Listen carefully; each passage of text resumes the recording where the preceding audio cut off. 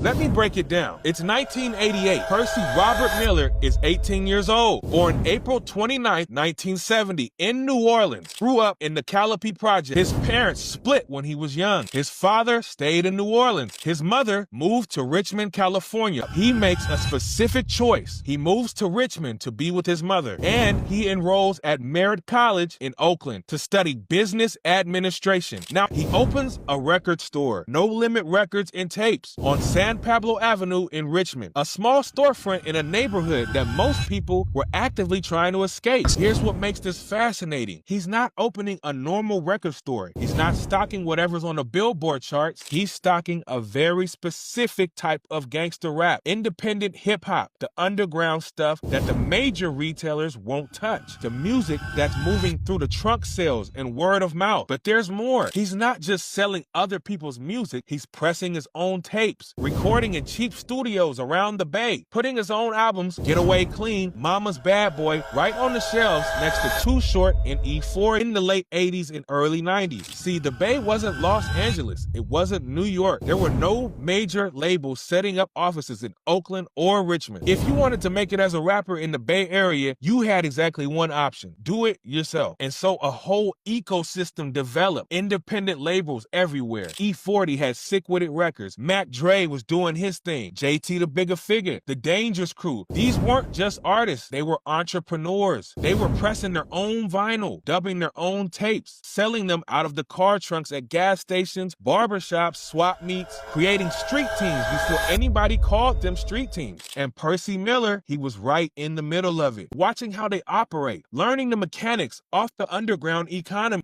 The Bay Area independent artists were successful, but they were still regional. They'd sell 50,000 copies and celebrate, and that's incredible for independent artists. But Percy Miller is thinking bigger. What if you combine the independence of the Bay Area with the system thinking of major corporations? That's the innovation. That's the secret sauce right there. The Bay Area taught him how to be independent. Business school taught him how to scale. And the combination, nobody in hip hop was ready for that.